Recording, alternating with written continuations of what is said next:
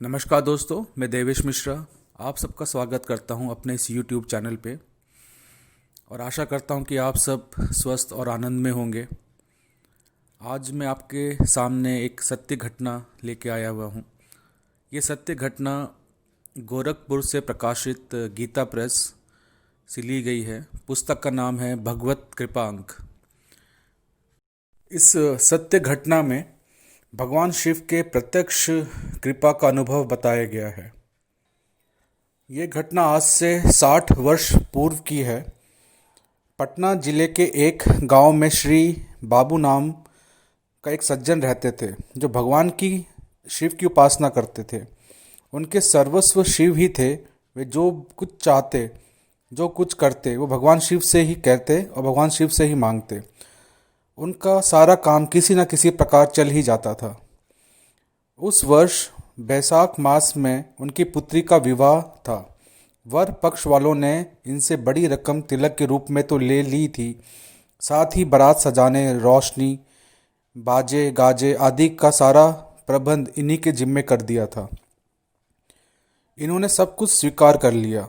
वर के पिता ने जो कुछ कहा इन्होंने मान लिया और दिन रात एक करके सारी बातें पूरी की।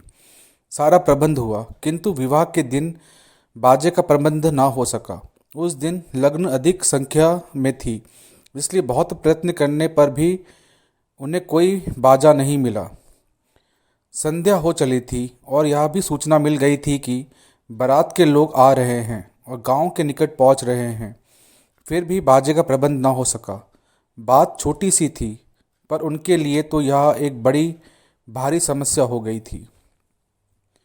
गांव वालों ने भी ताना मारना शुरू किया, आज बिना बाजे के ही बारात आएगी। श्री बाबूजी के द्वार बारात बिना गाजे बाजे के आएगी। किसी ने उनकी भक्ति की हंसी उड़ाते हुए कहा, संभवतः शिव जी अब कोई प्रबंध कर दें। ये सब बातें श्री बाबूजी के लिए असहाय हो उठी थी। वे चुपचाप खिसक गए और अपने आराध्य देव के मंदिर में जा पहुँचे।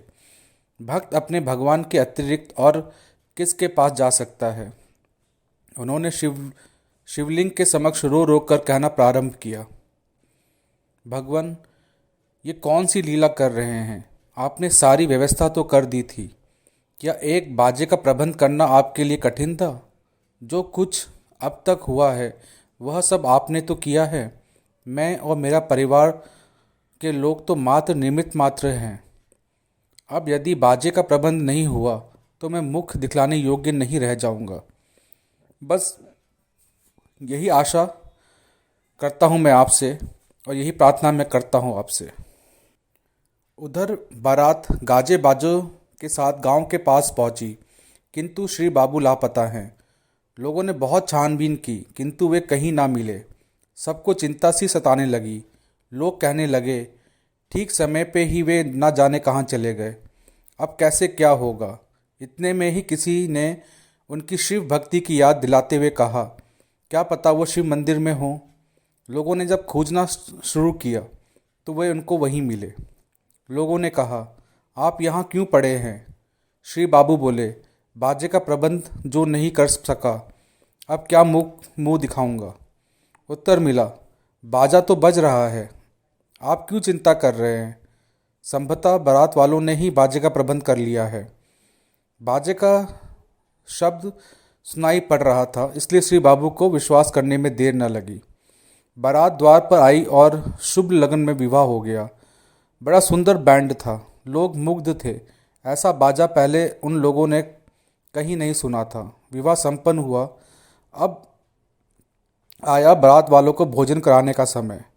इससे पहले बारात में मिठाई भेज दी गई थी। उस समय सबकी अलग अलग खोज नहीं प्रारंभ की गई थी, किंतु भोजन करने के लिए तो सबकी खोज आवश्यक थी। सब आए, किंतु बाजे वाले नहीं आए। बारात वालों से पूछा गया, आपके बाजे वाले कहाँ हैं। बारात वर के पिता से उत्तर मिला, बाजे वाले?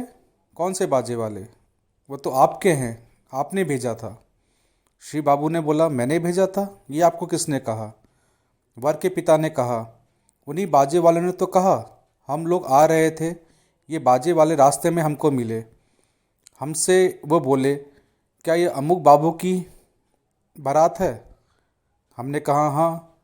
उन्होंने बोला कि हमको श्री बाबू जी ने आपके पास भेजा है। जब श्री बाबू ने ये सुना तो वो अवक रह गए।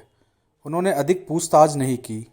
भोलेनाथ की अद्भुत कृपा का प्रत्यक्ष अनुभव कर वो रोने लगे। वो इतना रोए कि उनकी घिंगी बंद गई। किंतु इस रोने में जो आनंद था उसका अनुभव कोई भगवान भक्त ही लगा सकता था।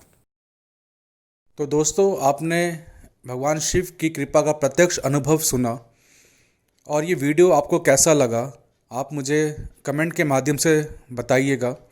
और अगर आप सबके जीवन में भी कोई प्रत्यक्ष सत्य घटना, कोई भी दिव्य ज्योति, दिव्य शक्ति की घटना आपने अनुभव की हो, तो आप मुझसे इसको शेयर कर सकते हैं। डिस्क्रिप्शन पे मेरा ईमेल आईडी है। आप अपनी उस प्रत्यक्ष घटना का अनुभव मुझसे शेयर कीजिएगा और मैं उसका वीडियो बना के सभी लोगों के साथ शेयर करूँगा। धन्यवाद। इस वीडियो को मैं यहीं समाप्त करता हूँ और भगवान से प्रार्थना करता हूँ कि आप सब स्वस्थ रहें और आनंद में रहें।